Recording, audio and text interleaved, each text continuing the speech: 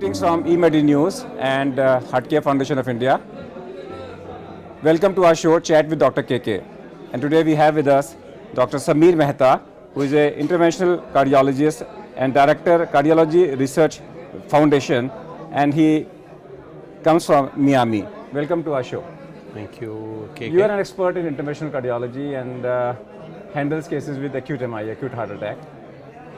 People say that the results are not good. If you come late, the results are bad.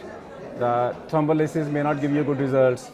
Even in interventional cardiology, when you do a primary angioplasty, the results may not be good, depends upon the thrombus burden. How to improve the outcome? Excellent question, and I think it's also very pertinent given the fact that you are faced with the epidemic of acute myocardial infarction, which is happening all over the world, but your situation is unique that it is presenting in the very young adults.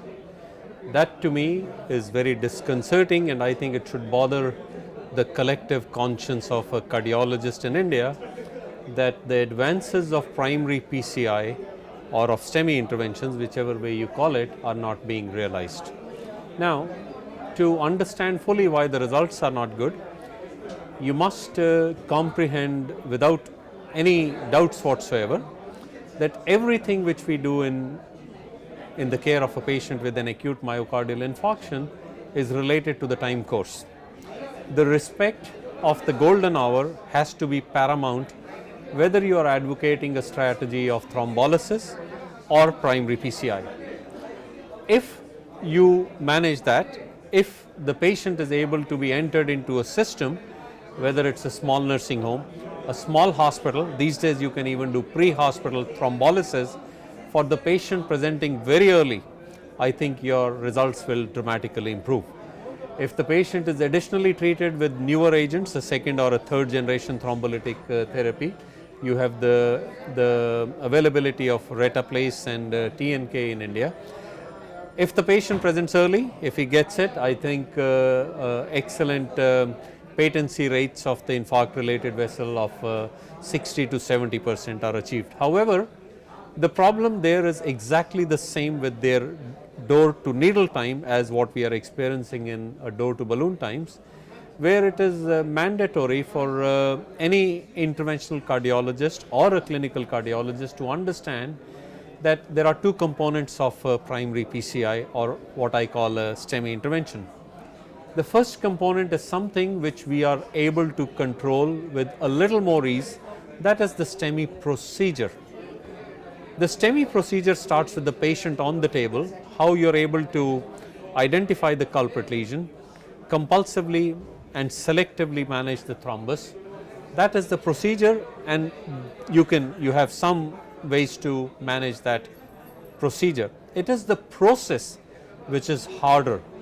And if you realize the big difference in the management of AMI or STEMI intervention in India versus the Western world or the United States, is that our process is much faster, more controlled, much more predictable, and we have determined exactly how to deconstruct the chaos which occurs in a STEMI intervention. From the last reported data of the CREATE registry with Salim Yusuf and the group out of St. John's, you realize that a very small patients in India are getting a primary PCI, and those who are getting it, the number of them who are having access to an ambulance is very small, 5 to 6%. As a result, your door to balloon time is very high. In the study, it is reported, one of the largest data in India, as almost 360 minutes, which equates to a mortality rate of almost 14 to 16%.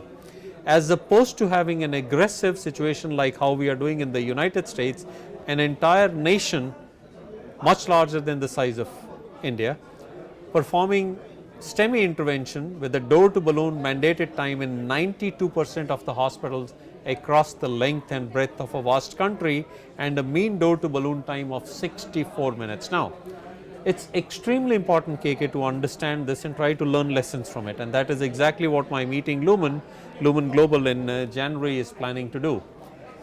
It was not easy for us. If anybody thinks that the United States was suddenly able to achieve door to balloon times, they would miss the entire process.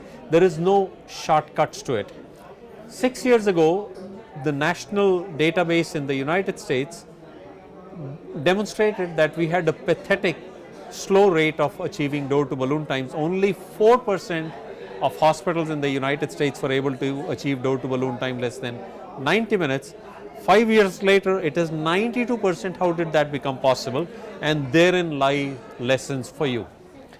One of the things is that the leading cardiac societies took an absolute leadership role, and I am happy that the present CSI came out with the acute MI guidelines for India, critically important. So the American Heart Association and American College of Cardiology got together.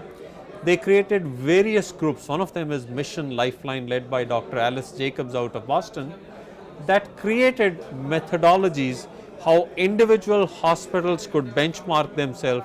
Then there was a role of several other agencies, including the payers, Medicare, other insurance companies. They started saying, look, it was a two-part process. One was that rewarding it.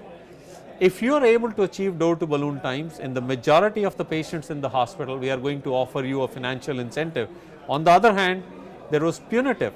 If you don't perform door to balloon time interventions in your hospital, you're going to lose the Joint Commission accreditation, which can be devastating to a hospital. That was at the level of these agencies. Then there was the campaigns to educate the public. You have to realize it all starts with the patient. If the patient has been having chest pain for 6 hours and I'm driving myself and killing myself at 3 in the night, driving at 100 miles an hour, and the staff is coming there to save your life, then it doesn't help. In many ways, door to balloon time, the emphasis is wrong. You should have true ischemia to balloon time, so that we are able to measure, and there are steps to get the patients early. Now, having said all of this, I think what should India do? Because I refuse to believe that a nation which is now moving fast to become a first world, one of the top nations in the world, emerging countries, can let a 30 or a 40-year-old die from a heart attack just because we have at the back of our mind that there is a lack of infrastructure, a lack of insurance, lack of ambulances. It's all right. But I think you have to rapidly escalate, because there are not too many procedures in medicine which can save a patient's life in 15 minutes. So to deny that to a 30 or 40-year-old patient, I think I will continue to prick the conscience of an Indian cardiologist, of an Indian hospital administrators, till that is settled. So apart from thrombolysis, how important is teaching cardiopulmonary resuscitation to bystanders, to doctors, to healthcare workers, to nurses? I think extremely important, and almost equally life-saving measure.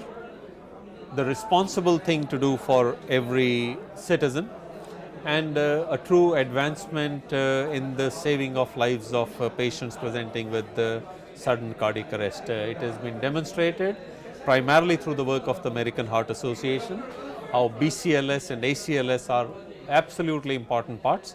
I think the public, lay people can be taught BCLS, and of course anybody in the medical field needs to have a more advanced ACLS training. I think steps to teach that are critical. And we are today talking about only hands-on compression, only CPR.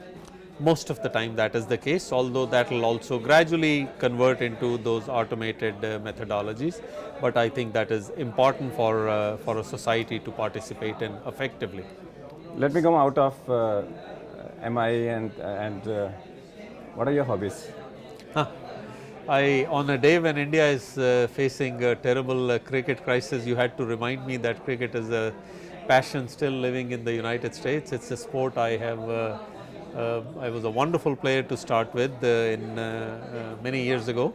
I follow it very closely. I enjoy Hindi movies still. I am extremely fond of traveling. I enjoy our cars, and whatever else is left is for the children and the family. If the Prime Minister of India calls you and makes you an advisor to the Health Minister and asks you to draft a policy for heart care, what will be your number one priority and what will be your suggestion to the? Prevention. Prevention. Straightforward. In prevention, what will you do? Mainly, you have to modify the risk factors. As a policy matter, what will be your emphasis? Like ads, like I think it needs to start with probably education, starting in the primary and the middle schools, and taking it into essence of medical education. I'll give you a specific example of what happens with coronary artery disease. If anybody thinks that he's a diabetic, has hyperlipidemia, is a smoker, and has hypertension, and that my putting in a stent has fixed the problem, that is certainly not. Unless there is risk factor reduction, unless there is lifestyle modification, I think a lot of what we do is a waste. Beyond that, of course, prevention goes on into primary and secondary prevention, often with medications also. But I think lifestyle modification for a country which is economically strained in India, and healthcare is always strained financially all over the world. okay, what we have listened to Sameer Mehta is, and he says that if he would not have been a cardiologist, he would have been a cricketer. And of course, he talks about is that every cardiologist should make sure that door to balloon time in a patient with acute MI is reduced. We thank our guest, Dr. Sameer Mehta, and that's all for today. We'll come back with one more topic. Till that, goodbye.